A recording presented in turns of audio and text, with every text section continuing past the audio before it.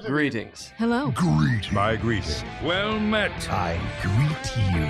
Greetings, traveler. Greetings, friend. The pleasure is mine.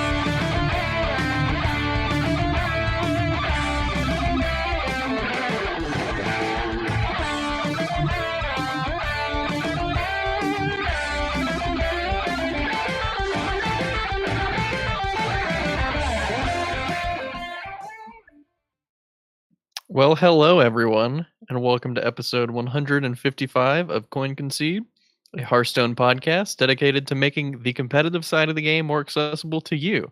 From the Maelstrom, Louisiana, it's me, Appa. From Gadsden, New York, it's Ridiculous Hat. How you doing, Hat? I am good. Pretty good. Yeah, I am off for 4 days. I have a wedding to go to this weekend. It's going to be fun. I got a suit. It's a nice suit. And what you have reminded me of is that it's onesie season. And as soon as it cools down a little bit here, I have to choose which one of my onesies to wear because I have multiple.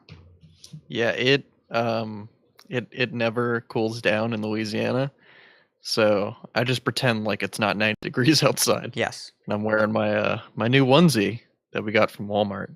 So that makes so much sense why you can get away without having the butt flap, because up here, if I'm wearing the onesie, if it were without the butt flap, the bathroom process becomes extremely cold and unpleasant without the flap, but since you're not wearing it for temperature reasons, you're wearing it for thematic reasons, it makes a lot more sense.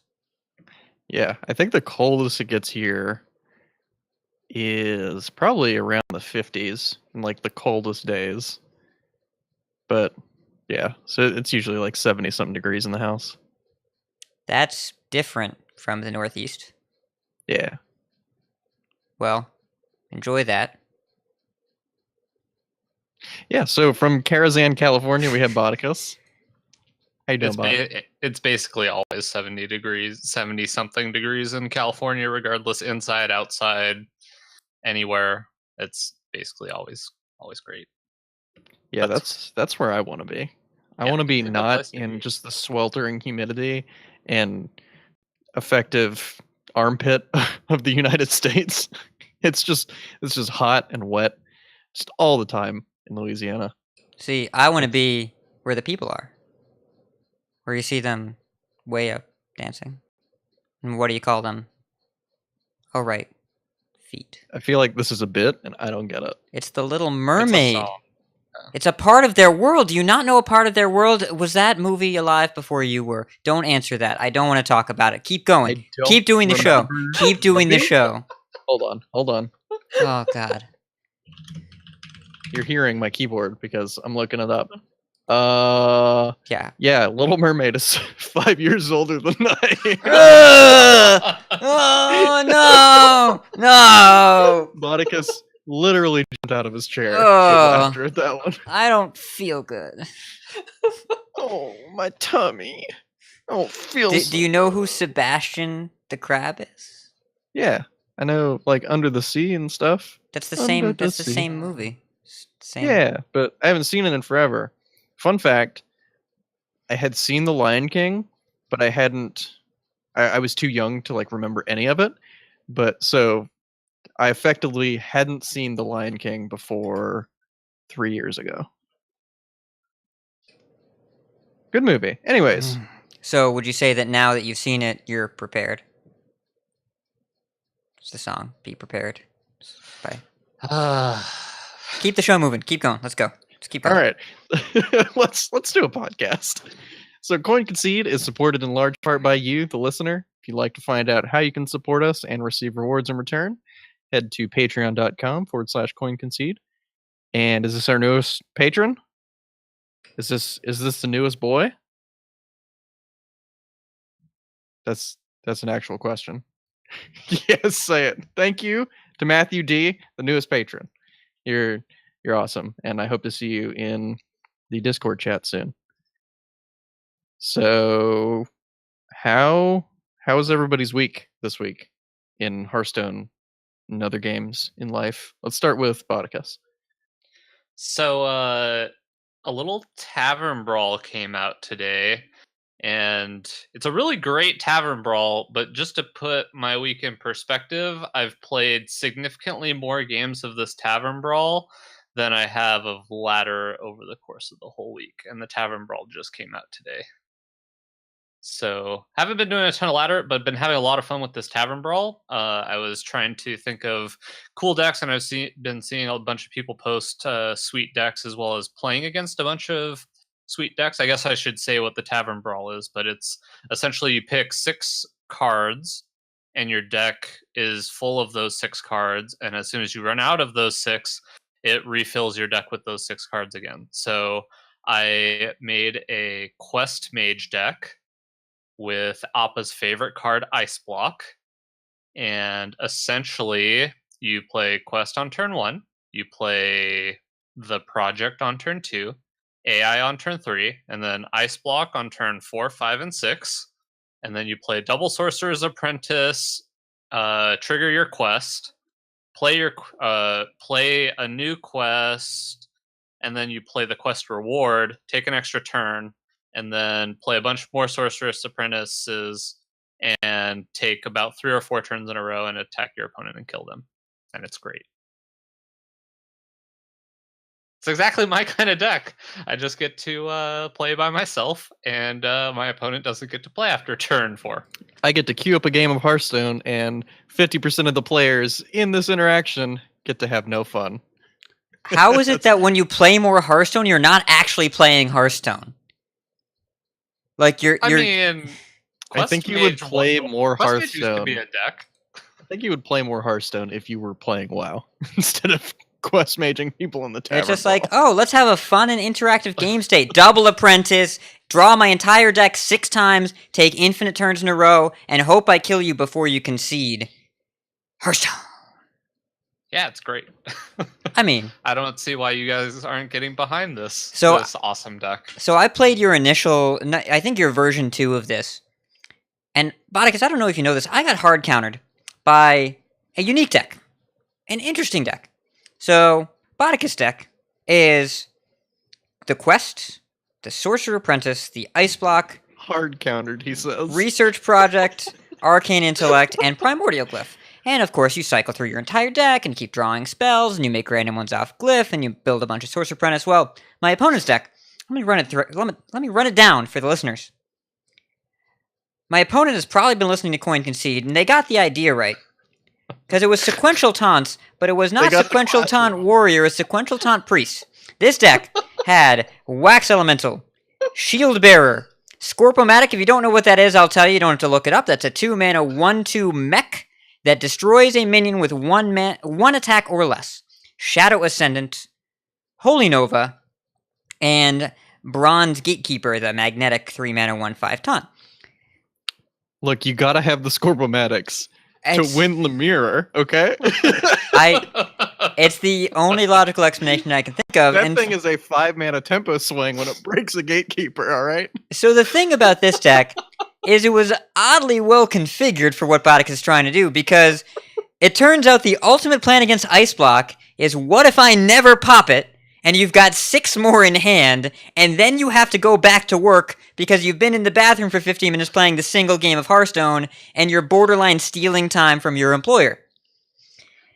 And I elected to give this brave, hardy individual, who multiple times, when I bricked after drawing through my deck 6 times, and ended up drawing 2 Ice Blocks to go with the other 5 in my hand, which he was never going to pop, and after I said go, all I did was Holy Nova away my Sorcerer Apprentices and play more 1-mana taunts. I said, shine on, you crazy diamond. This game is yours. And I went about my day just a little bit less productive than I had been before that game. That man played a Wax Elemental on 1, looked you in the eyes, and put the fear of God in you, and you said, you got it, man. That was Wax Elemental Coin Shield Bearer, if I'm being specific. Because the turn 2 Shadow Ascendant gets much better in that situation. Much better is aggressive. Not as aggressive as a 1/3 with Divine Shield and Taunt on turn 2. Look, you have to coin out the other one, Because then if one of them gets Scorp-o-matic, then you have a target for your shadow. He had the mirror strategy locked in. Locked in. There was no way he was ever losing the mirror, because, like, the Scorp-o-matic is coming, I can feel it, but he can't do it twice. This dude built his deck and then was like, but wait, what if somebody else knows the truth? I've- And he said, scorpions. And I was the lesser player in our interactions. I lacked the fortitude, I lacked the patience, I lacked the time It's just crying. and productivity. And so I discretion is the better part of the valor, and in this day my opponent claimed both. Oh man, I feel like I'm missing out on some sweet memeing action because I haven't played the Tavern Brawl yet. Well, so you know what deck you're going to bring in there, right? I got the It's deck so list. much Wax Elemental, nice. Shield Bearer, Scorp-o-matic, Shadow Ascendant, Bronze Gatekeeper, and you top it off with the Holy Nova for the synergy. You heal up the taunts, but not Wax Elemental, that's only a 2 attack. 2 butt. And not the Scorp-o-matic, that's also only a 1/2. Yeah, but it's getting buffed by the Oh, shadow. buffed by the Shadow, Ascendant. that's right. It all Yeah. fits together. Why didn't you just get a Flame Strike or a Polymorph off of your Primordial Glyph? That's why they're in the deck. Because they got burned because my hand was full of ice blocks and I couldn't draw more than 1 card at a time. I think I'm gonna take out the Holy Nova and put in an EMP operative so I can one up the Scorp-o-matics. That's a thing you could do. Because when they get to 9 mana, they could play 3 Bronze Gatekeepers, and then it's and too then big. they just Yeah. get you. That's a It's- 315. I'll be honest. I'm too not in a position of authority to provide commentary on this deck because it beat me so soundly without me understanding the game plan that I will leave this to the deck building visionaries of our podcast and generation. Well, no, it was a very, very clear game plan. It's to Holy Nova you 15 times, It's and then you're dead. I think it would have eventually worked out that way. Other than So the what 7 you're ice blocks I saying had is- in hand. Would have You're been saying it's basically Freeze Mage, except instead of Frost Novas and Ice Blocks, you're playing big, thick taunt boys. And then after, I ended up having my shame kicked in by Taunt Priest. I looked for degenerate decks on Twitter, and our buddy Robobson came up with, I think, the grossest deck I've seen so far. Because there's a bug with the Solarium. If you refresh your deck while you're drawing with the Solarium, because after you hit 0 cards in deck, it refreshes, the cards from the refresh deck don't get discarded.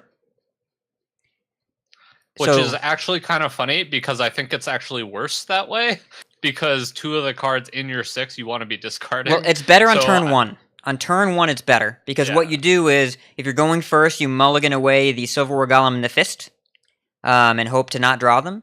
And if you're going second, then Solarium just 1 mana, draw 2 cards, and then mill a card and reset your deck. And then the other 5 cards are Malchezaar's Imp, Fist of Jaraxxus, Silverware Golem, Soulfire, and Cataclysm, which is the 4 mana. Oh, so your deck is legit only like 6 cards. It's 6 Yes, individual 6 cards that you one-offs. have to draw in that. You have to draw 6 of them uniquely, and then your deck resets with 6 more copies each one of. Okay, so what I thought it was you had like a regular sized deck, and it just filled your deck with a bunch of different copies of the 6 cards that you pick. Nope. It is specifically makes a lot those 6 cards, and when you hit 0, it refills, except sometimes it doesn't. There's some kind of weirdo bug where I was playing, I think if you draw more than 6 cards at once, it actually bugs out. Because I played Cataclysm with 2 Malchezaar's Imps and a full hand, and I fatigued myself to negative 36. So it's supposed to reset, but I think if you draw more than 6 cards at a time, it just kills you instead. So be careful with that. It depends. It's really weird because with Myra's Unstable Element, it somehow works, and I don't know how they got it to work. Because it doesn't make me- overdraw, it just draws the number of cards left in your deck, right? It's got 5 cards, it draws 5, it's got 1 card, it Yeah, draws 1. But it keeps drawing, so it Oh. refills your deck again. So it fills your hand to 10, and then somehow stops after that. It was Okay. really weird. I played a couple games with basically a rogue deck that just prep Myra's Unstable Element every turn and then kills your opponent with Eviscerates and Sinister Strikes. What? Why didn't you yeah. tell me about this before right now? This Tavern Brawl sounds super degenerate. Oh, there's so You so don't many say. degenerate decks. I lost to turn 1 Biology Project, Innervate, Coin, Astral Communion, and then they drew UI, and then UI'd me into Innervate, Biology Project, Aviana Kun, and then Refresher Mana Crystals, and keep UIing me and OTK'd me. Yeah, it was gross. I lost to a 2-mana 1/2. So we're kind of on even footing there. In a world where people are doing broken stuff, you just got to be playing the honest minions. I don't know how to reconcile all these things How that Broad intended Hearthstone to be played. Oh my god. Well, All right, well, my last week I haven't played Tavern Brawl, but I got up to rank 1 on NA with Even Warlock. I dropped Appa Shaman for the time being because I just want to climb right now. I'm trying to go for a finish, so I'm probably just going to be playing Even Warlock because I like that deck a lot. And then on EU, I got up to rank 1 5 stars with Odd Paladin, and I played against the final boss 3 separate times. Each of those times was a different Odd Warrior that I queued into, and I did not win those. So I switched to Quest Rogue, played against a lot of Tempo Mage, and now I'm at rank 2 1 stars. Earlier before I went to dinner, before the podcast, I was at rank 2 5 stars, and I played against 3 Tempo Mages, an Even Shaman, and an Odd Paladin, and I did not win any of those. So, but then I beat one of those weird combo Xerix cloning Gallery Priests to get back up to rank 2 1 stars.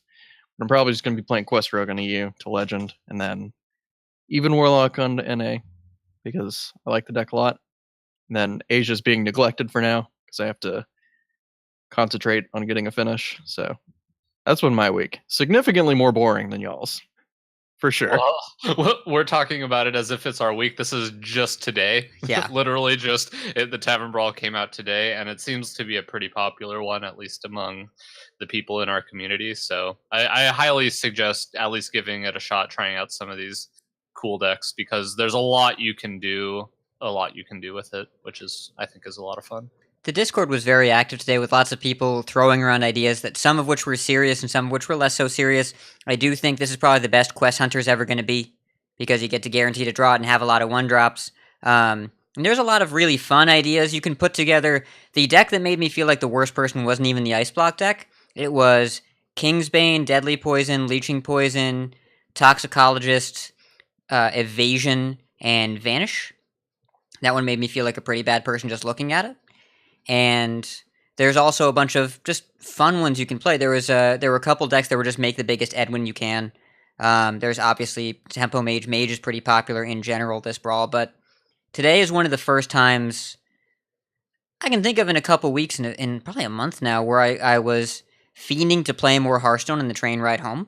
And I really, really enjoyed this brawl as kind of a step away from that, but also I think it reflects to what we talked about last week, where resetting our calibration with the game and how much time we want to spend on it, the absence has made it grow fonder for me, and I've been playing, I don't know, probably about 2-3 games a day, maybe a little bit more on days off.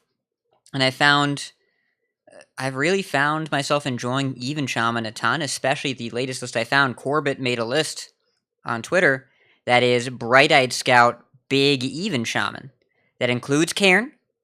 It does not include Mukla because it is literally illegal in an Even deck. I am not allowed to include it.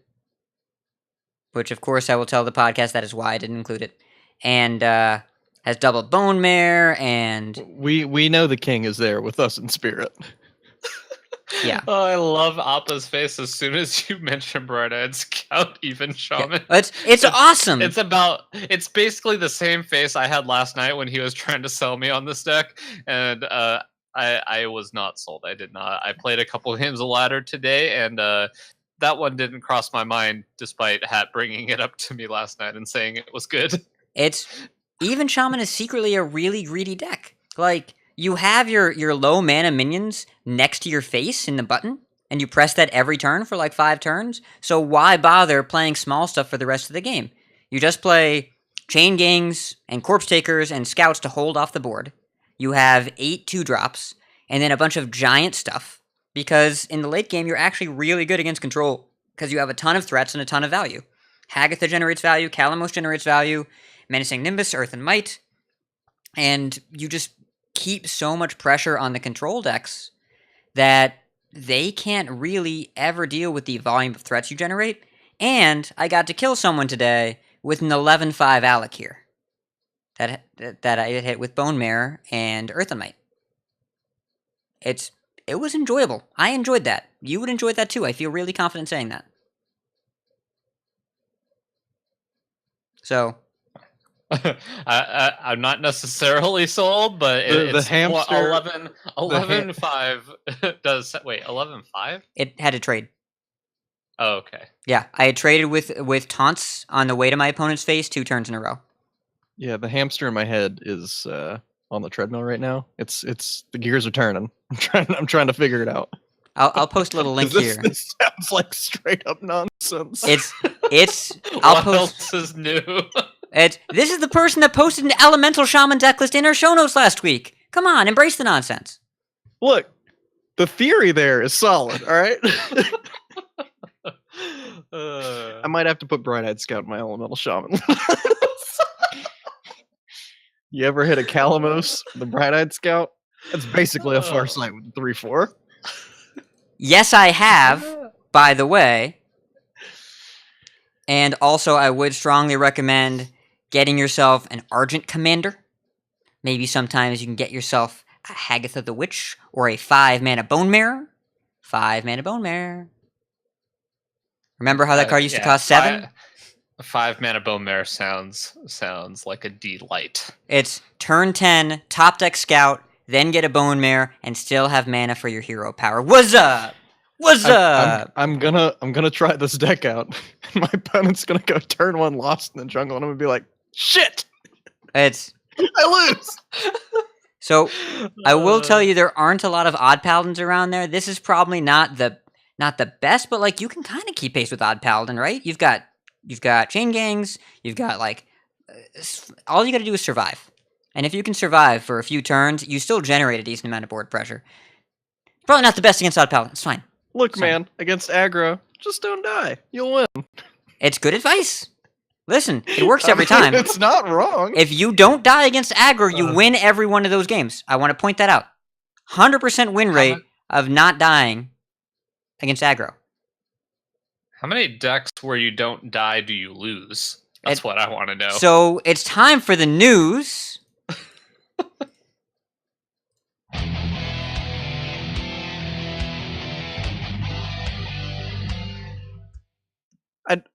I'm going to interrupt you real quick, Botticus. I'm going to jump in front of you in line. I just want to point out that I'm wearing a Monsters Inc. onesie, and I am not the most ridiculous thing going on in this podcast right now. Just okay, you can go ahead. I mean, it's in his name, so it's kind of hard to not believe that he would be the most ridiculous one. But maybe he's just trying to one-up you because you got the onesie on.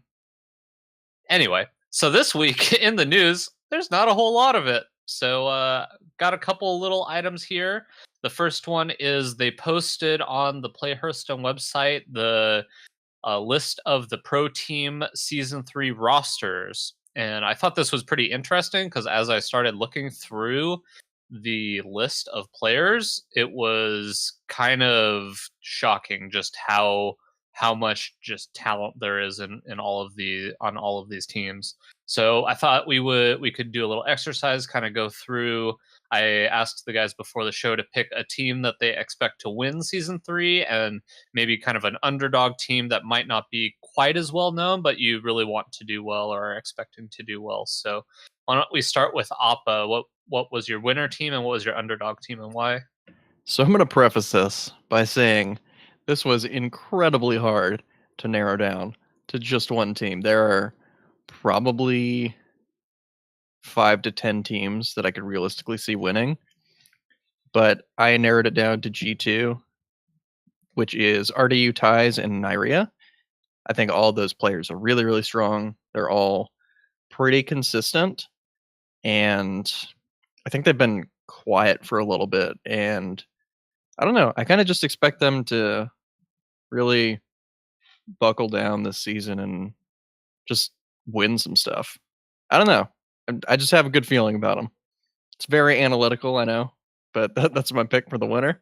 And these are all just obviously very solid players. I always expect RDU and Neirea to be winning tournaments, and I can see your point where you haven't seen a ton from them as of late, which means that at any moment it feels like they could just win a tournament and jump ahead in the team standings.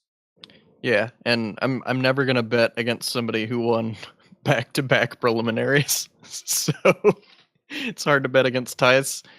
And then for my underdog team, I'm going with DDA.AC. That is a very weird team name, I know. I'm not actually sure what it stands for, but I know it's a Korean team featuring Rivius, Gyeong, and Karp. And all of those are South Korean players, and they are all very good. Gyeong is a ladder monster, usually hitting rank 1 with any rogue flavor. I think he most recently did it with Quest Rogue, and he did it earlier with Myra's Unstable Element Miracle Rogue. Just no auctioneers, no sprints, just Myra's Unstable Element. He did that, I think, a week or so ago, and then he decided to play real rogue decks, and he played Quest Rogue and hit rank 1 with that a few days ago. I know Rivius is a very good player, and I don't know Karp as well, but I assume if he is grouped in with those other 2 players, he's probably really strong. So I'm going to pick them as my underdog team. So I hadn't looked this up because Gyeong is a boss, but yeah, this list of Miracle Rogue has 0 Auctioneers, 0 Sprints, 1 Myra's Unstable Element, and he was rank 7 Legend with it 4 days ago. Because why not? Because why not? So is he Sinister striking? No. No, he's just doing the Miracle Rogue thing. He's got room for that is his draw package of choice. He's got room for shivs. He's got double SI, double fan, hench clans. He's got room for fireflies, 1 shadow step, and he's just getting in. Interesting. Yeah, guy sounds like a god. Yeah, he was the one that popularized the sprint variation of Miracle Rogue about like a few months ago, more than a few months ago.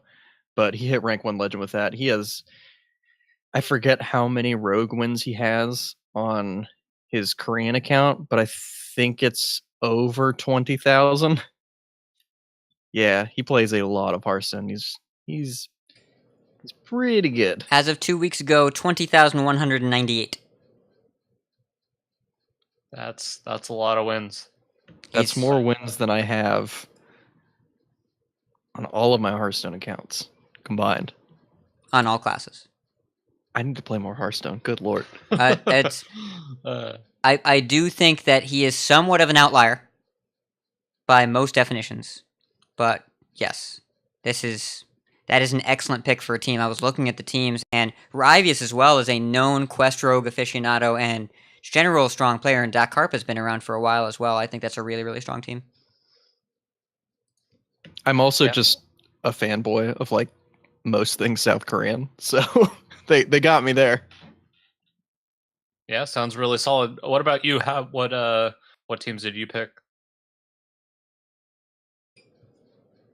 Well, I was making a list while I was trying to choose, and there are a bunch of really, really good teams. I think I have a list of 15 to 20 really strong teams that I could have picked, and some that really stand out that I didn't choose. We've got Accelerate, which is ZLSJS, Caravaggio, and Lucre. It's a really strong team. Fade to Karma is Fino, Board Control, and Glazer, which is a super strong team. The Helsinki Reds, which is Zump, Janetsky, and Vardu. Nordavind, which somehow all of us messed up and did not pick Hunter Ace, which seems ridiculous in retrospect. Because this team I was saying before the show, it's really hard to bet against any team that does not include Hunter Ace, because that dude is just a monster right now.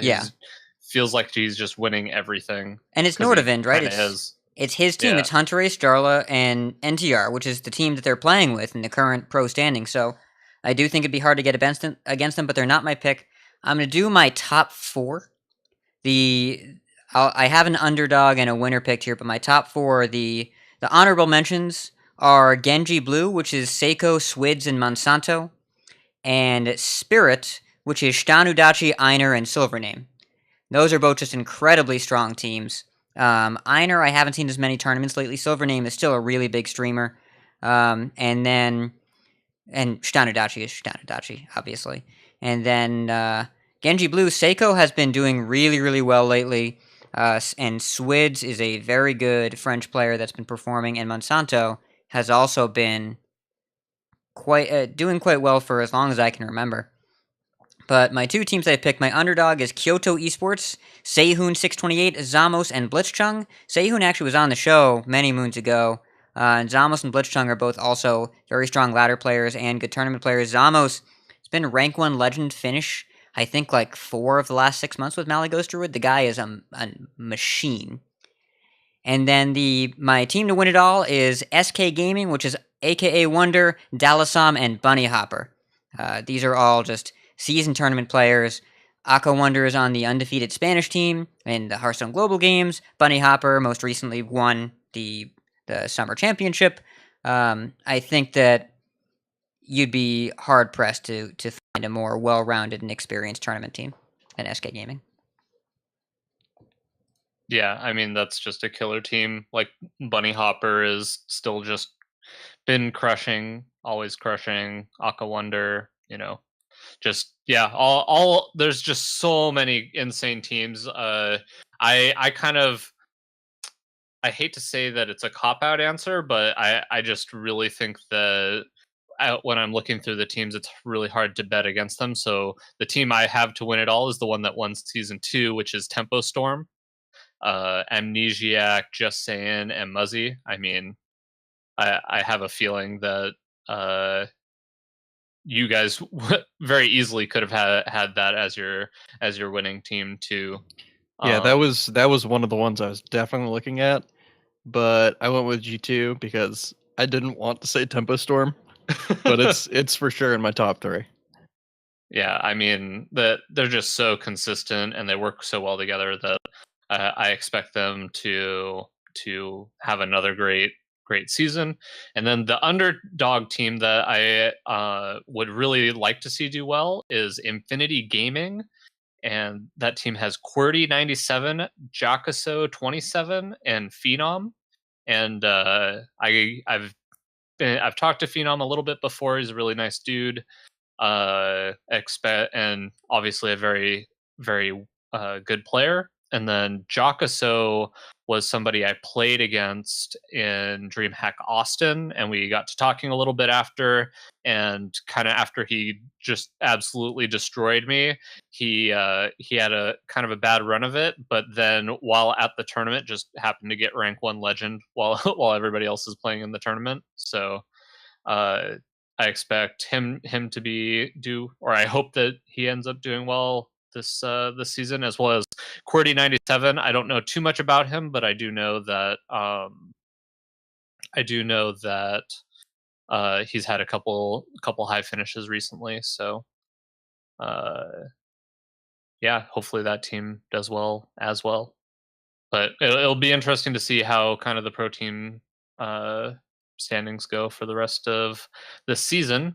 The only other news item we had in here was an off-meta report that came out actually last week, but we didn't get a chance to talk about it. Just these are some other decks if you're looking for something a bit more interesting or different to play that Hearthstone put on the website. Even though these are kind of, I wasn't sure about including them because the sample size is a little small, but a couple of cool decks. There's even Control Shaman. So when Appa was looking at this, he had some maybe some choice words to say about the construction of this deck. Look, it's got double Mossy Horror, so I am on board. Meta breaker. I mean, I also kind of wanted to bring up this deck just because it has 2 Beakered Lightnings, and I know that Ike has been boasting about his Even Shaman with a Beakered Lightning in it, saying that it's pretty good. Weren't you talking to me about that a little bit, Hat? So, in Ike's build, Thunderhead's a messed up card. It's really, really good, and I am disappointed it's not seeing more play because it's one of the most fun cards I've ever played with, and it's really good. But the builds of Even Shaman that I've seen with it haven't been as well positioned as I'd hoped. But Beaker Lightning, it's Maelstrom Portal that sometimes is 2 damage Maelstrom Portal, and it costs nothing. You don't get the minion, but you don't pay the mana for it. You pay the mana the next turn. You say 2 damage Maelstrom Portal, like that's not just what the card is. Yeah, it's But it also okay. hits your stuff, right?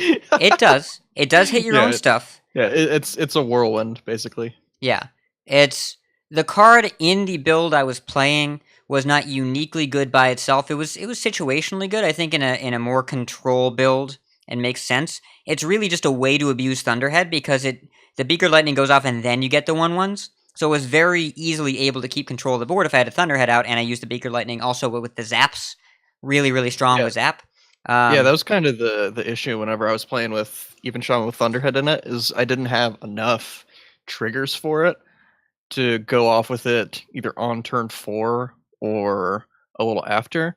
It was always kind of hard to get some value out of it, which is why I was playing the Elemental list, no even, like, no Gen, and just like regular curve and stuff, so I could play Lightning Storm for extra overload potential. But yeah, Beaker Lightning makes a lot of sense. It just feels really bad whenever you draw your opening hand and it contains a Beaker Lightning. Your opponent is Warrior and Baku triggers, and you're like, oh, I'm just down a card. Cool. Yeah, I mean, but as Hat was kind of saying earlier, that the Even Shaman decks are just chock full of value. So even though you're down a card, you just end up generating so many extra cards over the course of the game. You can really grind out a control deck. So I could definitely see it not being that big of an issue. But yeah, obviously feels bad when you're just down a card at the start of the game. The other 2 decks, one is a Howl Fiend Control Warlock. And Appa and I were saying before the show that basically it looks like they started to make a Reno deck, and then they kind of ran out of cards they wanted to put in it, so they started just putting 2 ofs just randomly assorted throughout the deck. They were like, oh, I really want to play this Howl Fiend and Treachery combo, and then I'll put a bunch of 1-ofs in. Yeah. Only one of each. We don't like this combo enough for it to be consistent, but we like it enough to have it sometimes. And then the last list on here is a Xerix Cloning Gallery Priest, which it looks very similar to a list that Asmodai was hit rank 1 with on NA, which is kind of a combo-ish priest with just a lot of late game value in it. A few different cards than his list, but also pretty interesting. So here's just a couple different options for you all to check out if you're so interested in something that's not necessarily, Quest Rogue, Odd Warrior, something a little different. And that's all I really had for the news section, kind of a light news section, but it sounds like we have a pretty robust tournament section. So Hat, why don't you take it away? It's the grand tournament!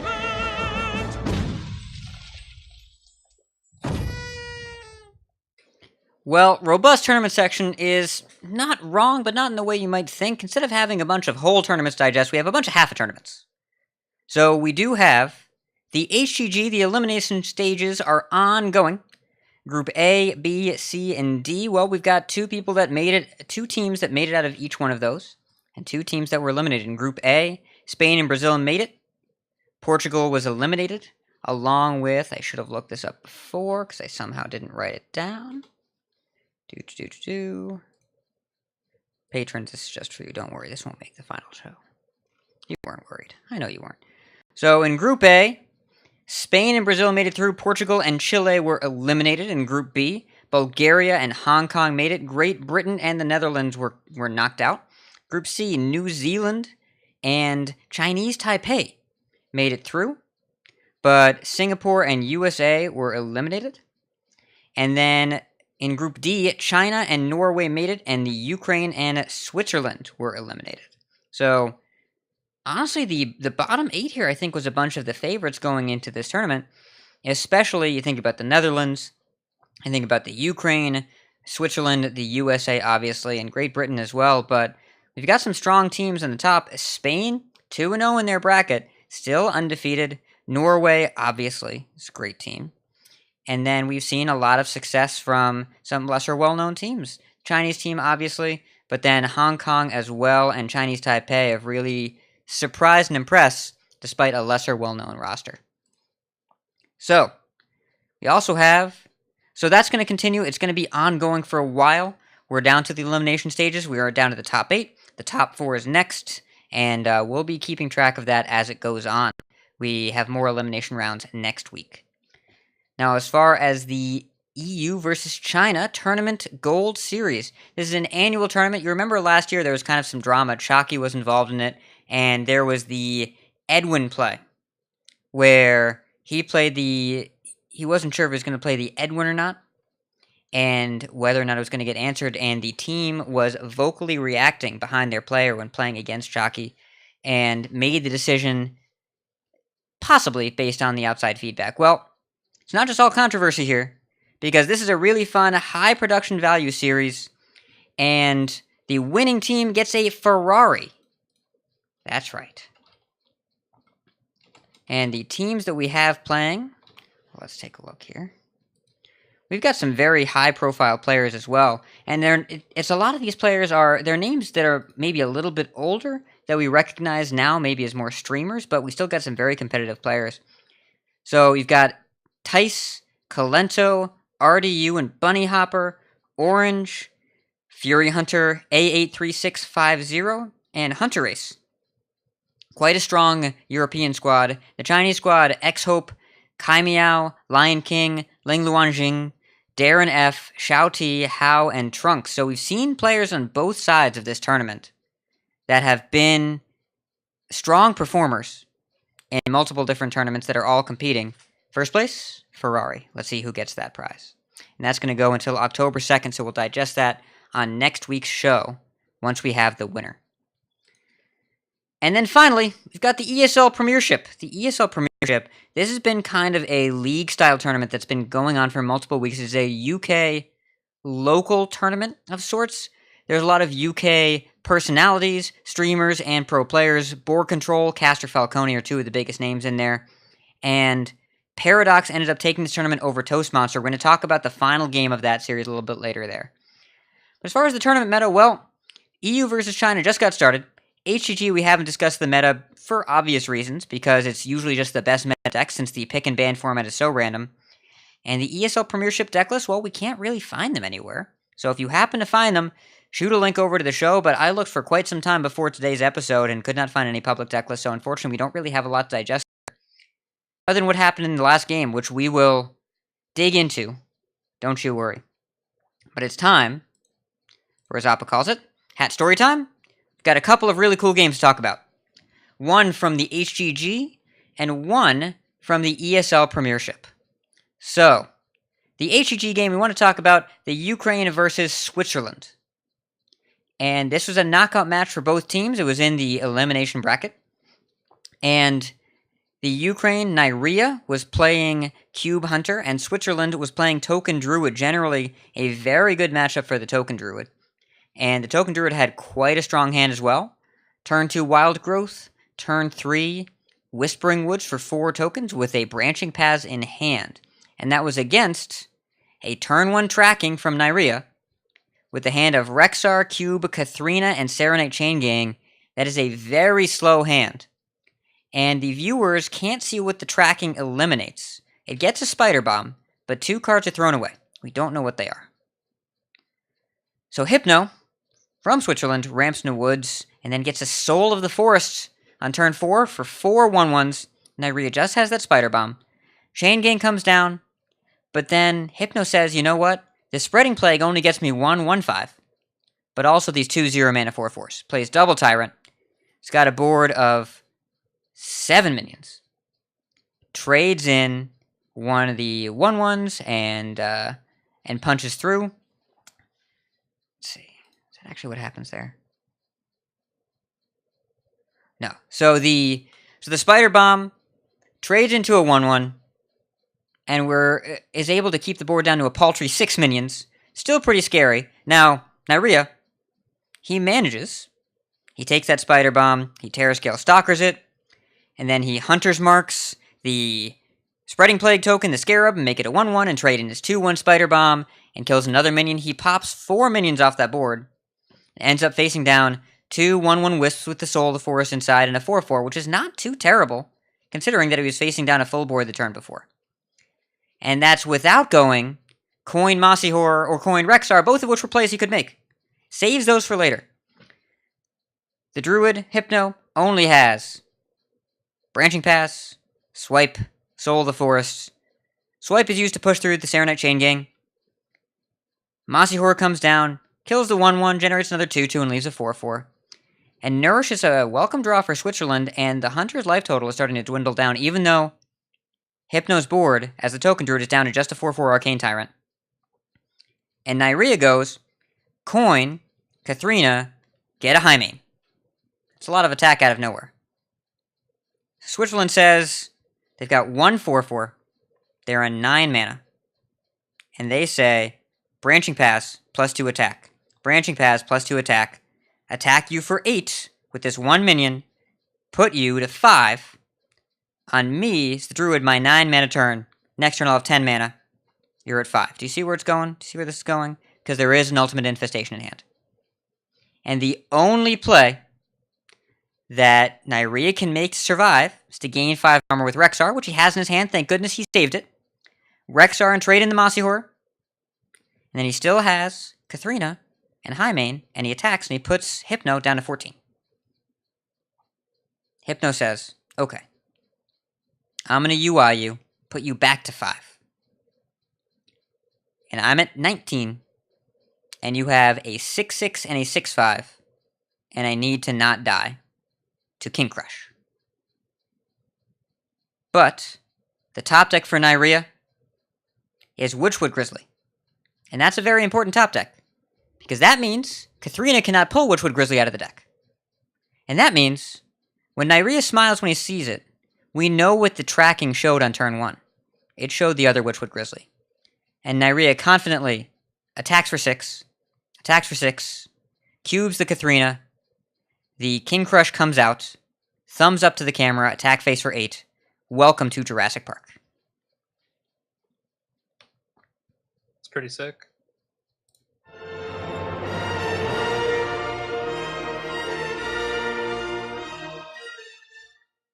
It was. So, Neirea takes the heavily unfavored matchup of Cube Hunter versus Token Druid by taking a surprisingly aggressive line and pivoting halfway through the game. Works out very well for him. And he ends up winning the match, eliminating Switzerland, and then they get knocked out the round after. Not quite the Cinderella story, but hey, at least he won that game in that match. The second game we want to talk about is the final game of the ESL Premiership. This is Toastmonster versus Paradox. Toastmonster's playing Subject 9 Hunter, Paradox is playing Tog Waggle Druid. In the Hunter deck, this is basically mid-range Hunter, right? It's pretty aggressive. Starts off with Coin Bear Shark on 2, and the Druid is just hero powered on 2 and done nothing else. Tempo Mind Control tech comes down. Toastmonster makes the interesting play. Attack face for 4 and then play Crackling Razor Maw. I guess he was looking for stealth. +1/+1 would have been nice, but the damage would have been better before. +3 health, I guess, is irrelevant, so stealth is just better. He ends up rolling Taunt, Poisonous, or +3 attack, so obviously you want the 3 attack before, but whatever. It dies to the Mind Control tech instead of the MCT trading with the 3/2. Spellstone resets the board. Still refill next turn with Animal Companion for Leok, Dire Mole, there's a Houndmaster left in hand.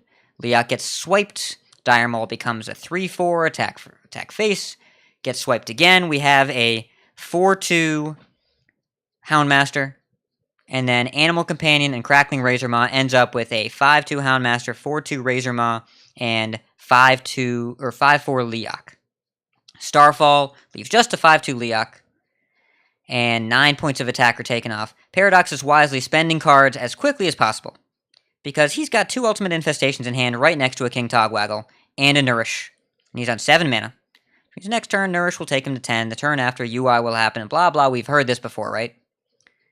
So Toastmonster says, well, my board is crap. I'll play this Rexar. Start jamming the button. He gets UI'd. On turn 8, he played a Houndmaster Shaw. UI, Innervate, Spellstone feels pretty demoralizing. The Houndmaster Shaw dies. We'll start making some beasts. Into a Malfurion. Seems demoralizing. Druid's over 30 health. But Toastmonster maintains discipline. Keeps beast tapping. Has a 6-2 Bloatbat. Couple of wolves. Keeps attacking. Even though he's facing down Twig of the World Tree. And a Nourish with 2 Arcane Tyrants. And the Druid's at 34 life. Plays out a Dream Petal Florist. Mind Control Tech, taking nothing. Obviously, which means the last 2 minions in hand are Azaleen and Togwaggle. They are. Toastmonster size, plays his 6-6 Nightmare Amalgam and his 4-6 Taunt Poisonous Nightmare Amalgam. That's all he's facing down. Paradox hits in with the Twig just to get the durability down. Doesn't care that it costs him 4 life. But Rexar's still going. There's more cards in hand. Well, there are 3 cards left in the Togwaggle Druid deck. So Paradox says, Togwaggle, Naturalize, Azaleen. 1 card left in the deck. Toastmonster draws it on his turn. Means he has no more draws for the rest of the game. He can go King's Ransom, and then he gets ransomed right back. Instead, he plays the 9-8 Stealth Bear Shark that he had in his hand. And he attacks the Druid down to 21. And he still has a 6-6 in play right next to that Bear Shark. Paradox is actually trading, because when he Azaleen, he got a kill command. And he's setting up a 2-turn lethal. So let's talk about the board state, and I'm going to throw this up on the stream for those of you watching at home. The Druid is at 21, with a 1 durability Twig of the World Tree, a 3-2, a 5-5, a 3-3, and a 1-5. The Hunter, 9-8, 6-6. There's a bunch of cards in hand, including a Yellow Kill Command, 2 Snake Traps, a Mossy Horror, King's Ransom, Thalnos, Ferocious Howl, and Spreading Plague, an empty deck. A card drawn will cost him 1 life, and there is a Rexar Hero Power. Now, there is a play here, and the casters see it. It's kind of interesting, right? So 9 and 6, it's 15 damage. The Druid's at 21, so you need 6 damage to kill, right? Well, you've got a kill command. That's probably going to take out that 1-5 Scarab. So where can you find an extra 6 damage from? Well, let's look at the Build-A-Beast. And I promise I didn't plan this or pick this specifically for the meme. The Build-A-Beast reveals Exploding Bloatbat, Direwolf Alpha, and King Mukla. King Mukla is a 5-5. If you take a Stone Tusk Boar with the Mukla, that's 6 damage. 9, 6, and 6 is 21. And the kill command sets it up. This is guaranteed lethal if you take the Mukla and roll Stone Tusk Boar. It's the only out. So otherwise, your opponent has guaranteed lethal the next turn. You know each other's hands. It's open information because Azaleen happened. There is no extra information except for maybe the top card of the Hunter deck that the Druid will draw next turn. But instead, what Toastmonster does is he picks the Direwolf Alpha. And he gets the Boar.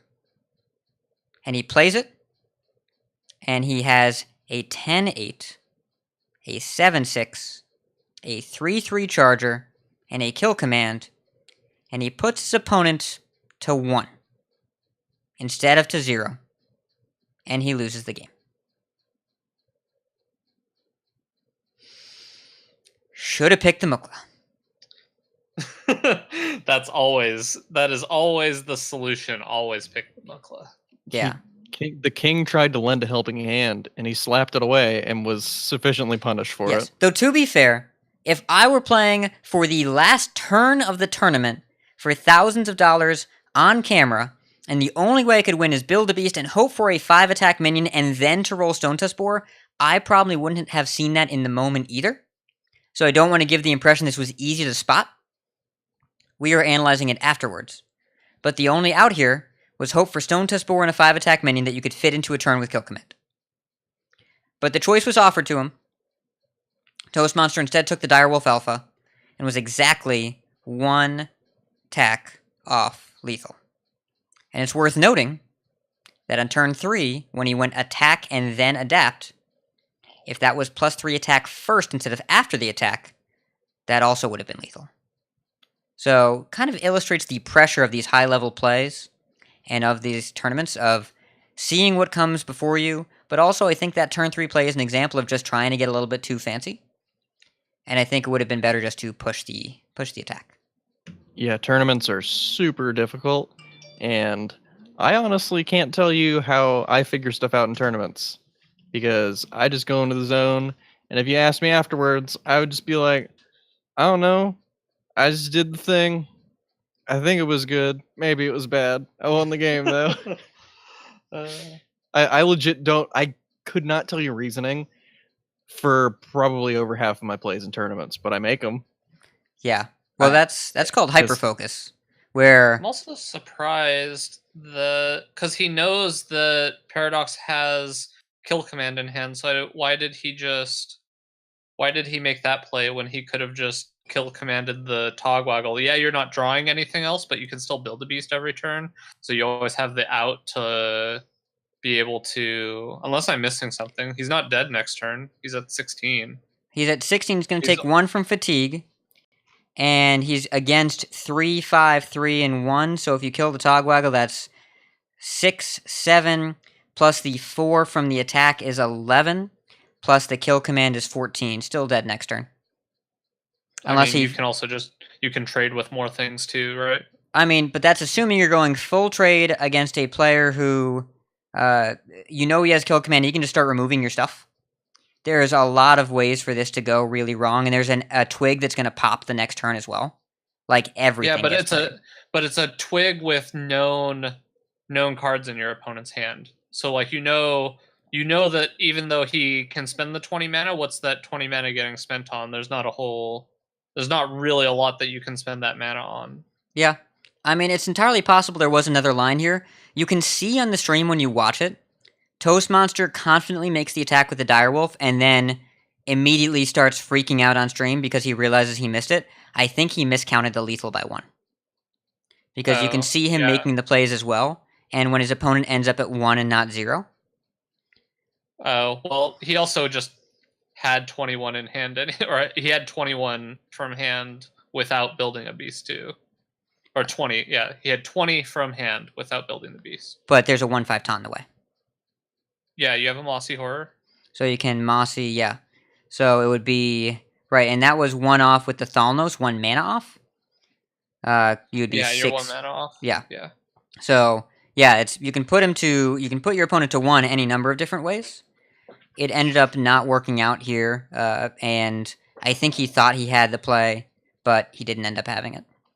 Oh, he thought he had lethal, but didn't. But it was off by 1. And there was actually a different play that could have gotten there, assuming you can kind of see the future and play to your outs, but in this particular case, he wasn't able to execute quite right, and I think it's a really interesting game state that shows how difficult high-level Hearthstone really is. Yeah, playing to your outs with Deathstalker Rexar is even more complicated than just playing to your outs with the 30-card deck. Yes. So, that's our tournament section. Next week, we've got quite a bit of stuff. The Global Games Elimination Stages are ongoing. CN versus EU will be done by next week. HCT Oslo is this weekend, and the TESPA Collegiate Championships start next week. We probably won't cover those in depth right away because it's going to be weeks and weeks of that, but they start next week. Should be a lot of Hearthstone to watch, if not to be discussed in detail. So, that's our tournament section, and now it's time to kick it over to Appa for an M. Night Shyamalan twist. It's decksplanations.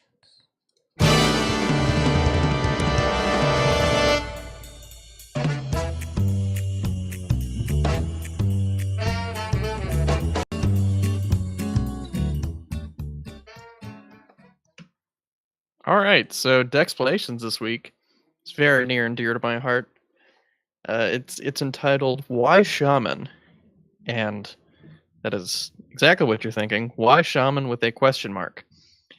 So with Druid, pretty much, let's be honest here. Druid's dominating the meta. It has the most flexibility, and the most diversity in its archetypes, and pretty much all of them are tier 1. And that's been since about forever. So whenever we're going into ladder, we kind of have to ask ourselves an honest question. Why would we play anything besides Druid? And this week we're talking about Shaman, and we're going to explain why you should play some Shaman besides one of the 6 tier 1 Druid decks. So I'm known to be a bit of a Shaman quote-unquote specialist, those in big quotes, because I really love the class, but other than it being my favorite class, there are definitely redeeming qualities about the different decks you can play right now. The class features some strong archetypes that can have success on ladder, and they can also help round out a tournament lineup. And I think this is probably more relevant to tournament lineups in terms of high level play as opposed to ladder success, because if you're looking to get rank 1 legend on ladder, you should probably be playing a Druid deck. But if you're looking for fun or to build a tournament lineup, this section is definitely for you. So I'm going to go through the archetypes real quick and some pros and cons of each of the Shaman archetypes. And then after that, we'll kind of roundtable our thoughts. So the first archetype is Even Shaman. And we talked about this a little bit before, but this one does not have Bright-Eyed Scout for the most part. Maybe it should. Who knows? I haven't played with it. So the pros of Even Shaman are it's a proactive deck with very reasonable matchups across the board, and they all feel really winnable. Merksparker Eel is a really strong card.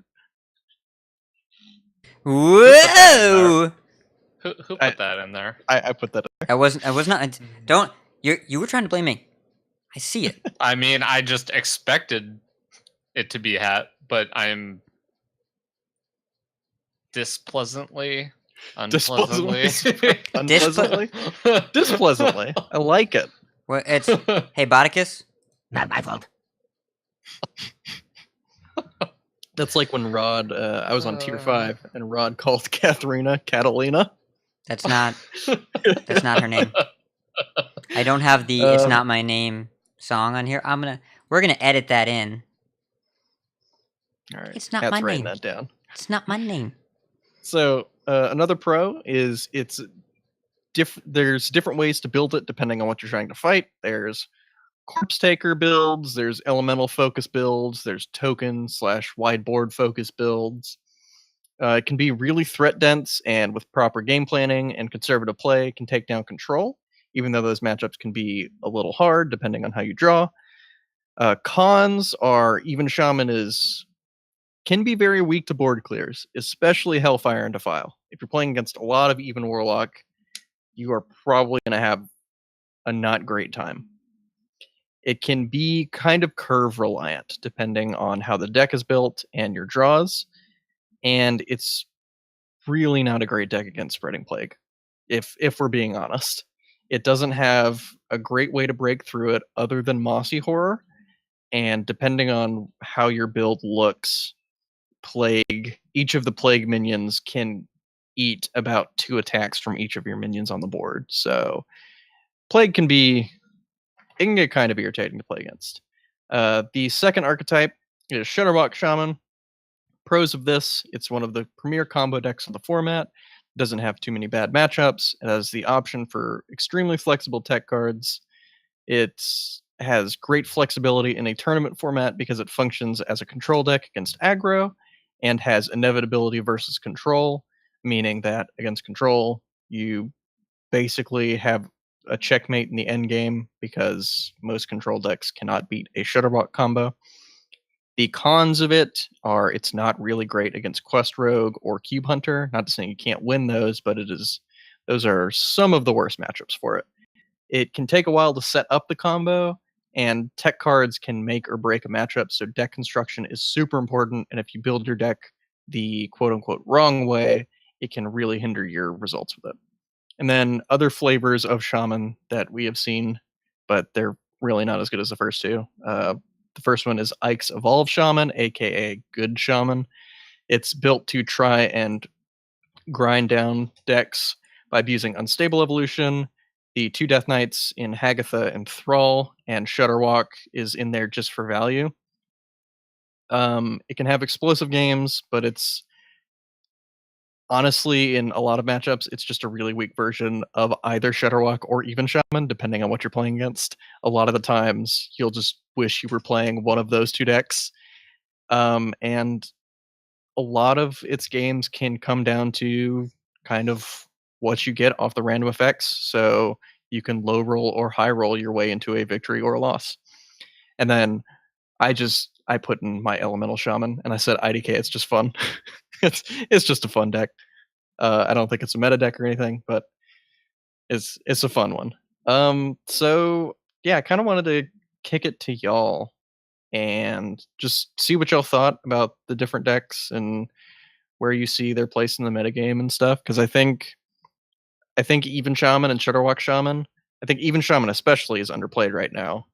But I also think Shudderwalk Shaman does not get the respect that it deserves. Whenever I post about it on Twitter, I feel like I get at least one response each time that's like, the deck just sucks. It's like, it really doesn't. It is a good deck. Yeah, I mean, Shudderwalk Shaman, especially more so, I felt more so in the last meta, looked like a deck that shouldn't do very well, and then just performed quite well in a lot of situations. It always felt like it outperformed the cards in it. I don't really know a better way to describe it. It is than that. definitely more than a sum of its parts. Whenever you Yeah, look at it, it looks like a janky pile of nonsense, but it comes together in a cohesive deck list very nicely. and it really, really benefits high level play. Like the really good players can obviously end up piloting it to much greater success. There's a big discrepancy between the high tier players and maybe people not as experienced with it and their win rates. So I'm kind of confused why it doesn't see any play nowadays. But I guess, you know, Quest Rogue and Cube Hunter being so popular, it's probably keeping it down quite a bit. But even Shaman is a deck that I've tried out a handful of times, and I don't know. It's the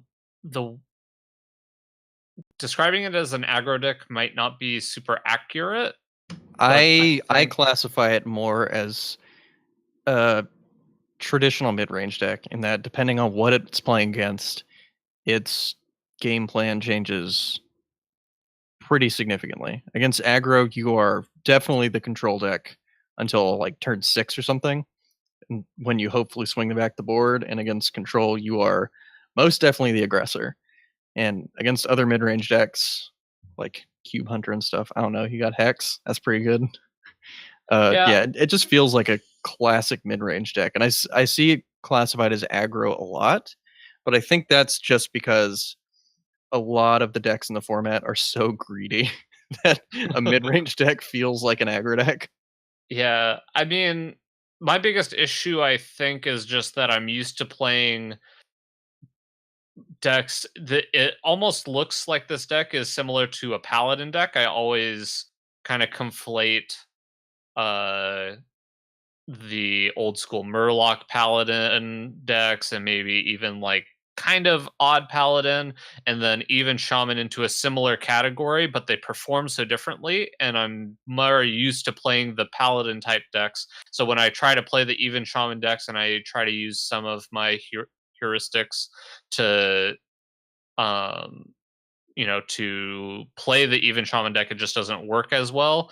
And I think that's just a hole in my game, and a reason why I've never really been able to have a lot of success with even Shaman.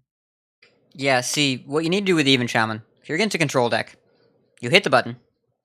Next turn, you hit the button again. And you keep doing that, and you play one threat. Usually a Flame Tongue Totem or a Primal Fin Totem. And then you don't play anything else. Just leave it in your hand. And then you go face. And then they remove one thing. And then you probably play a Sea Giant. Maybe a Corpse Taker, probably a Sea Giant. And then you remove it. And then you just keep doing that until they run out of stuff, because they will brawl your hero power and one card. They will Reckless Flurry your hero power, and 1 card. They will Lord God for your Defile, your hero power, and 1 card. If they're about clearing your stuff, you can recover. If they're about killing you, you can stop them. If they're about doing both at once, that's where you struggle. Even Warlock, bad matchup, because they kill your stuff and hit you for 8. Can't deal with both. You can deal with 1 at a time. But against pure control, you actually beat Control Warrior almost always. And against a Warrior, I will keep Hagatha in the mulligan. Jam it on 8. Play 1 thing before into any of their wide removal, and then just keep your hand constantly full. The deck is even the versions that are doing well on the ladder. The more traditional versions are jam-packed with giant threats. Double Sea Giant, Gen, Double Fire Elemental, Lich King, Hagatha, Kalamos. Your top end is enormous, not counting Earth and Mighted minions that give you more minions. Not counting Menacing Nimbus draws. And not counting the innate threat potential of your hero power and Flame Tongue Totem, which is like 2 mana, you take 6 now. And kill all your stuff. So, I've been consistently a fan of Even Shaman, and I think it's really well situated in this meta, and I want to challenge something you said earlier, Appa, that Druid is dominating the meta. The top 5 decks, at all ranks, per Vicious Syndicate, in order, Odd Warrior, Token Druid, Even Shaman, Odd Paladin, Even Warlock. Malygos Druid, 46.4% win rate. 46.4. There are 2 Druid decks above 50% win rate. They are Token and Togwaggle. After Even Warlock... Yeah, I don't think you should be playing Malygos right now. I think you should be playing Token, Togwaggle, or Taunt. And Taunt is not doing that well either. Taunt is right next to Malygos Druid. Because my point was, Druid is incredibly saturated, and you're going to see it a ton. Druid and Warlock are the 2 most popular classes by far, and they are very saturated and very diverse, because you can play multiple decks and those archetypes. I agree with that, and I do think Shaman is underplayed. But you can actually do just fine with Even Shaman against almost everything. It's one of the top 5 decks right now. I think a lot of what we're seeing with the lack of Even Shaman too is a few weeks ago, Vicious Syndicate came out with a report, and I honestly think Vicious Syndicate is kind of, not that it's a bad thing, but because it's getting so much traffic, it's kind of inbreeding the ladder meta a little bit, because people will see the reports and be like, oh, this is the best deck right now. Let's just play that a ton. Yeah. And a few weeks ago, it was Odd Rogue, which isn't a great matchup for Even Shaman, because 2/2 weapons are real good against your 2/2 minions. And yeah, I think it's kind of a holdover from that. I saw some Even Shaman like a month or so ago. It was somewhat popular, and Odd Rogue started picking up in play, and I saw it pretty much drop off. And I haven't seen it really rise back up again, and I think it probably should. I think it's definitely better than the representation it's getting right now. And Even Shaman is probably going to be overrepresented tomorrow because it has been in the top 3 in the Vicious Syndicate live report for 2 weeks now. And that means the second week, and especially the week after Atame hit rank 1 legend with it this week, you are going to see a lot more Even Shaman starting tomorrow. And that is so hype for me. I'm so happy, because I'm going to be spending a lot of time just jamming Even Warlock on NA ladder. Oh, yes. So I'm going to play some Mountain Giants and go Defile Your Board, 8 you. See, I've been writing the Warlock section for a while now, and over the past couple weeks, let me read that list of good decks again here. That's Odd Warrior, Token Druid, Even Shaman, Odd Paladin, Even Warlock. There's a reason Even Warlock is number 5 and is creeping up there, because Hellfires and Defiles kill 3 of those decks, and Mountain Giants kill the last one along with Blood River Gul'dan. Now, the Odd Warrior matchup is not superb, but if you're going to beat Odd Warrior with the Warlock deck, it's going to be with Mountain Giants. Even Warlock is a really, really strong deck right now, and Sho hit rank 1 legend this week as well, with the most stock basic list you can imagine. Yeah, I'm a fan. I've been a fan of these sort of decks for a long time. While I like grinding people into dust with super greedy control decks, I really enjoy just a consistent, like, 55-45, 60-40, 50-50 deck against, like, pretty much the whole format. And that's really what Even Warlock is. And I've been looking for a deck like that for a while. I tried Even Warlock out a while ago. I played it for a little bit. I knew it was good. But I came back to it. I'm like, man, this just feels awesome. I feel like I have game against every deck in the format, even the bad matchups. I feel like I have pretty consistent game against. So I've just been sticking with that, and I've been liking it a lot. And I've been playing a pretty stock list, just like 2-ofs of all the best cards, just like thick boys, demons, a Geist, a Bone Mare as like the tech cards, and then I think an ooze. And then just Play been double just been ooze. hitting people for 8. Play 2 oozes. Play 2 oozes? Yep, just good. It's attacking for 3 is the secret second power that it has on turn 2. You can just attack for 3 the next turn, which is important against a lot of the cards in the format. Yeah. That's a fair point. Yeah, Show hit rank 1 legend with his list with double ooze, and that is a deck that functions so well on being streamlined, and you never want to be caught against an Alaneth or a Twig or a Vine Cleaver or any of that's that fair. stuff. I guess the one ooze has been working out for me because I've only really been playing against Odd Warriors, the only weapon class. Yeah, I could see double ooze.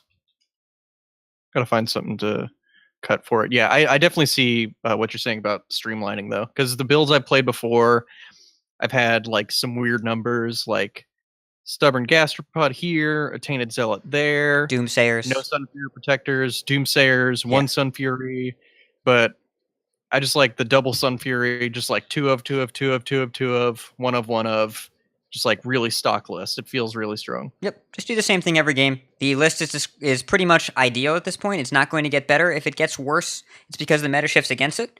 And you can tech it a little bit, but the deck's plan A is so consistent and so powerful that you just, if the plan A doesn't win the games, you don't want to be playing that deck. You don't want to dilute it. You want to play a different deck. So I strongly recommend going for that really streamlined build, and we've all learned, I think, through performance that Doomsayer was actually holding the deck back instead of making it better. Because I have 2 Doomsayers in the deck right now, and literally every time I draw them, I'm like, why are these in here? Take like, those cards out of your deck. Against matchups where it's good. There are no matchups where it's good. It's a bad card because you're a minion deck. You don't play Doomsayers in your minion deck. It's not a control deck. It's just hand locked. It's like mid-range Shaman where turn 1 Tunnel Trog, turn 2 Doomsayer. No! That's a Totem Golem. No Doomsayer. No Doomsayer. Doomsayer bad. Doomsayer not bad, but Doomsayer bad and even more. Yes. Don't put that in a minion deck. Well, if you're going to attack for 8 on turn 4, you shouldn't be Doomsaying on turn 2. I'm definitely behind the curve on the most efficient even Warlock builds. Yeah. But I'll get there. Even Warlock's usually behind the curve every other turn because it doesn't play. Listen, okay? I'm going to need you to not. I'll mute my mic. Wait, come back. Get him. So yeah, I'll probably have to give. I know you guys were just talking about even Warlock, but I definitely feel like I should give even Shaman another try because it seems. I mean, what you guys are saying makes sense. I don't know. It feels like it goes as big as like the other minion, like small minion decks, and that doesn't feel as good to me.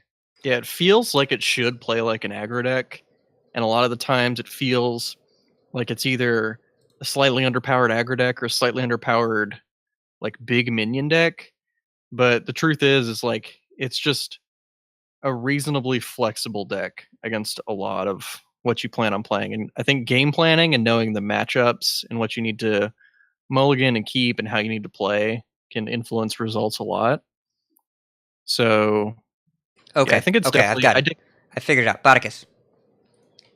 Did you ever play the Dragon Priest before Deathbreaker, the Draconid operative Dragon Priest with the Twilight Guardians? No, I wasn't playing then. Twilight Guardians before I started, because Twilight Guardian rotated when Ungoro came out, right? Yes. And I started playing again during Ungoro, so... Yeah. That analogy was going to be so good, too. It probably was, but for some reason, when I'm thinking in my head, this isn't a great comparison, but it feels so much worse to me to play a Sea Giant than it does to play a card like Level Up. Okay. Which obviously are like completely different, right? I figured it out. So here's what we're going to say. Do you like Big Druid? No, I hate that deck. We've actually figured out the problem, because the problem isn't that you like small decks, it's that you don't like big decks. Because here's the thing: even Shaman is big druid, except instead of wild growth, you play mini flame tongue Kavu. You play Merc Sparky instead of wild growth, right? All you're doing with your 2-drops and 4-drops is not dying and applying Killing things and generating value. Yes, that's all you're doing. Your flame tongues aren't meant to smork them. They're meant to turn your hero power into cards. Yep, just generate value out of your hero power. So yeah, no, I get the point of the deck. I'm just saying it just doesn't lend to the play style I like to play. I understand in general how to play the deck. I've just played it before and it hasn't felt like a deck that connects with me. Like Quest Rogue is a deck that connects with me. The aggressive Paladin decks connect with me. This deck functions differently, and I kind of understand how it functions. It doesn't function in a way that pleases me, so I don't play it. I mean, that's understandable. It's really like it's a big deck with reasonable early game board control cards that happen to be minions. It's a huge deck. It's an enormous deck. That's what you guys were giggling about, right? Yeah. So it's a deck that really functions more in the late game than it does on the early game. Yeah, Matadorm's saying in the chat, this is mid-range zoo. It is very thick zoo. Yes. But also, totally okay to not like that, and you're the kind of person that played Quest Mage with Ice Block in a Tavern Brawl for fun all day today, so it's okay for you to hate good old-fashioned minions. And you know what? You can't have my Scorp-o-meta. That's from me. You don't deserve it. You don't deserve the purity that is a 2-mana 1/2. Because that's really all we want here. I don't can't think believe you Botticus lost. likes crabs. I can't believe you conceded to that deck. Okay. You know what I lost? I mean, I can believe that you conceded, but I also just can't believe that you had to concede to that deck. Okay. Rod Johnson in chat is saying he wishes even Shaman had card draw. I'm gonna let you know that Menacing Nimbus and the stupid +2/+2 get an elemental. Earth and Might. Earth and Might. It's not stupid. Both draw you dudes. It's Hagatha is actually 8 mana, draw 15 cards. Like, Hagatha draws you so many cards. Your cards don't say draw cards, but your cards draw cards. Well, no, your cards say draw cards because instead of playing them, hit your button. That's the thing. If you are playing your card instead of hitting your button, you're probably misplaying unless you're against a Tempo Mage. Because you are a slow controlling value deck. And it's the same way that Control Warrior draws cards. It doesn't draw its cards, it just doesn't need to play its cards because you hit the button. And Shaman's the same way. You just hit the button instead of playing cards, and then you have more cards in your hand because you didn't need to use them because your hero power is enough. And that's the thing. Earth and Might always feels extremely medium whenever I play it, and extremely backbreaking every time my opponent plays it. Yeah, because you're supposed to play it on 3 a lot of the time and just hit for 4. It's just half a Blessing of Kings. Attacking for 4 on turn 3 is great. I mean, sometimes you play it on turn 2 and you make a 2/4, and then all of the decks that I've been playing just don't deal with a 2/4 that usually can heal itself every turn and generate value. So you don't like even Shaman, but you like decks that cannot beat a 2/4 on turn 2. I mean, look, man, sometimes 2/4's got a big butt. Vulgar Homunculus is played in decks now and is just a 2/4 without the work. Currently, no decks excite me right now, so I guess, yeah. I don't know, man. I said I'm gonna try it out. I'll try out some even Shaman. We'll see how it goes. Yes, and if you don't like it, the secret is add Bright-Eyed Scouts and Cairn, and see where you end up. I can get behind adding Cairn to anything. All right, look, just take out Gen, because we gotta make room. Okay, we just gotta replace Gen with the one true boy. All right, because we're playing Karen already. Okay, if you Bright-Eyed Scout into Mukla, it just makes him stat efficient. So it's not even a downside. How long can this go on? How long can this go on? How long can this go on? How long can this go on?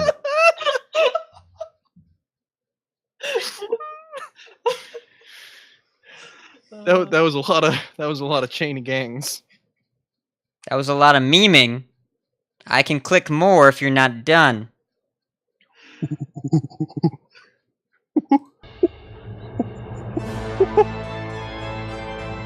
How long can this go on? And that's our show for today, folks. Thank you for tuning in.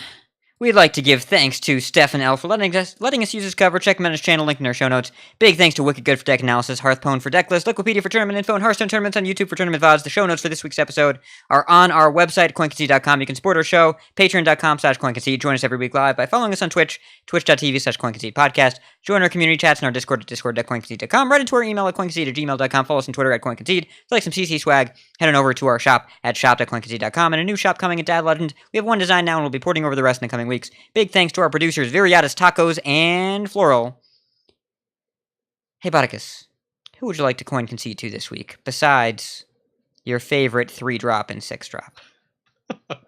This week, I'd like to coin concede to @JoeMag_games. He is a guy that works for the Hearthstone team. I met him at the charity event I did a few weeks back, and I'm coin conceding to him today, not because I know that he made the Tavern Brawl. I'm assuming he made this current Tavern Brawl, but I know that he's been behind a lot of the recent Tavern Brawls, a lot of the really good ones that I really enjoy playing. So regardless of whether or not he made this Tavern Brawl, I thought I'd coin concede to him because he's a nice guy. It was fun to meet him, and he does some really great work with the Hearthstone team.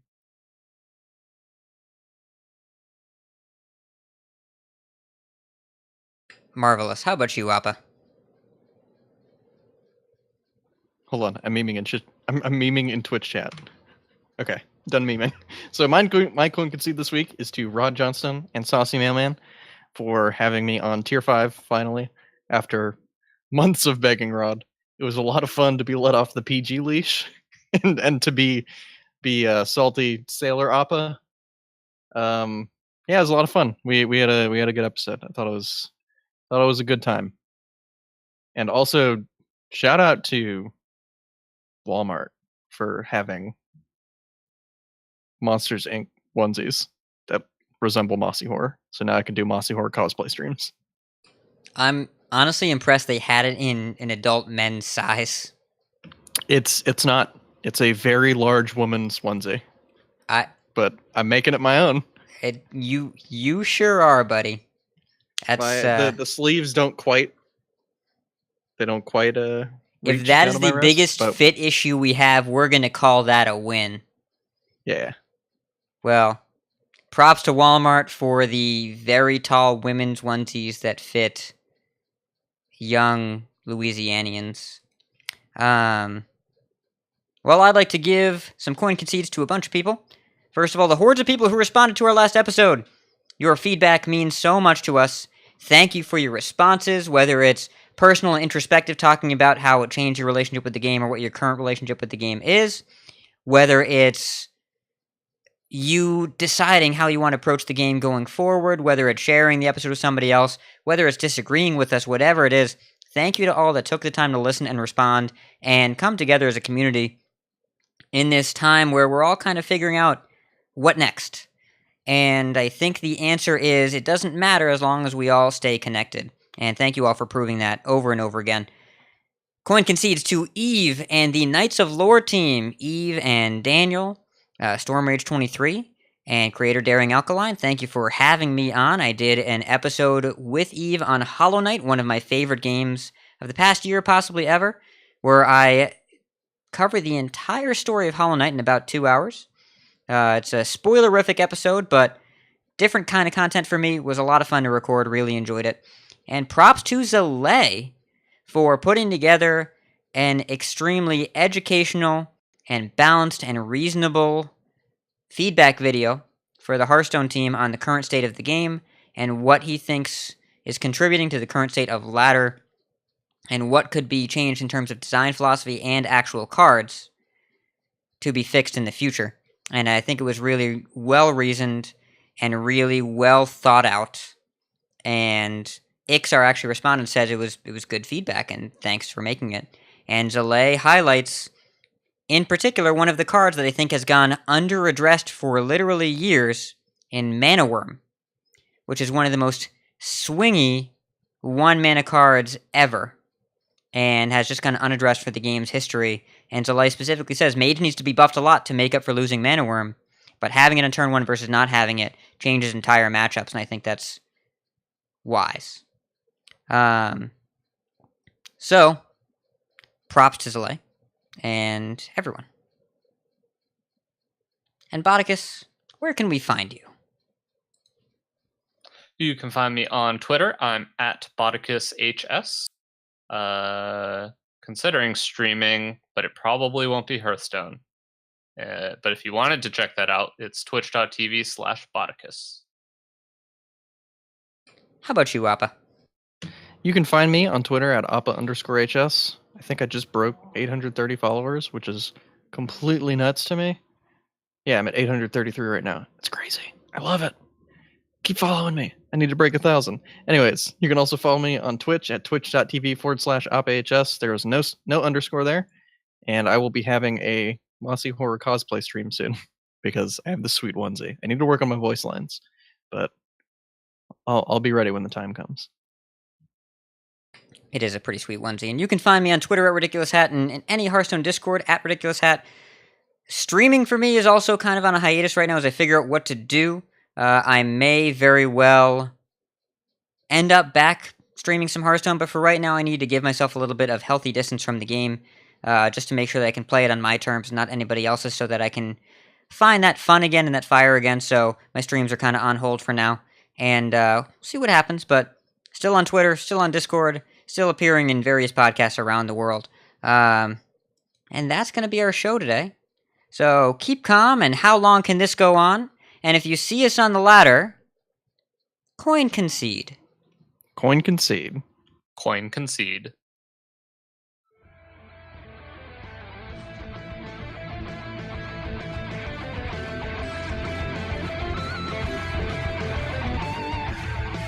Take cold comfort in your victory.